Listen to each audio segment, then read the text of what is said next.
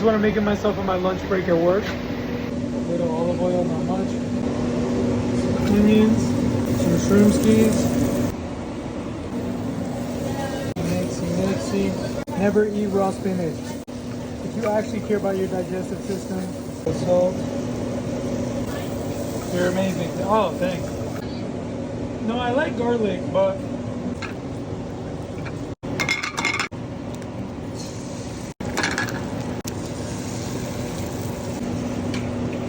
oh shit. Shit. That's the first batch right there. Let's do 2 more eggs, baby. 2 more right there. Little salt.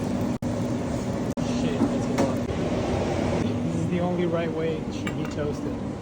4 eggs, boom. Just like that, people.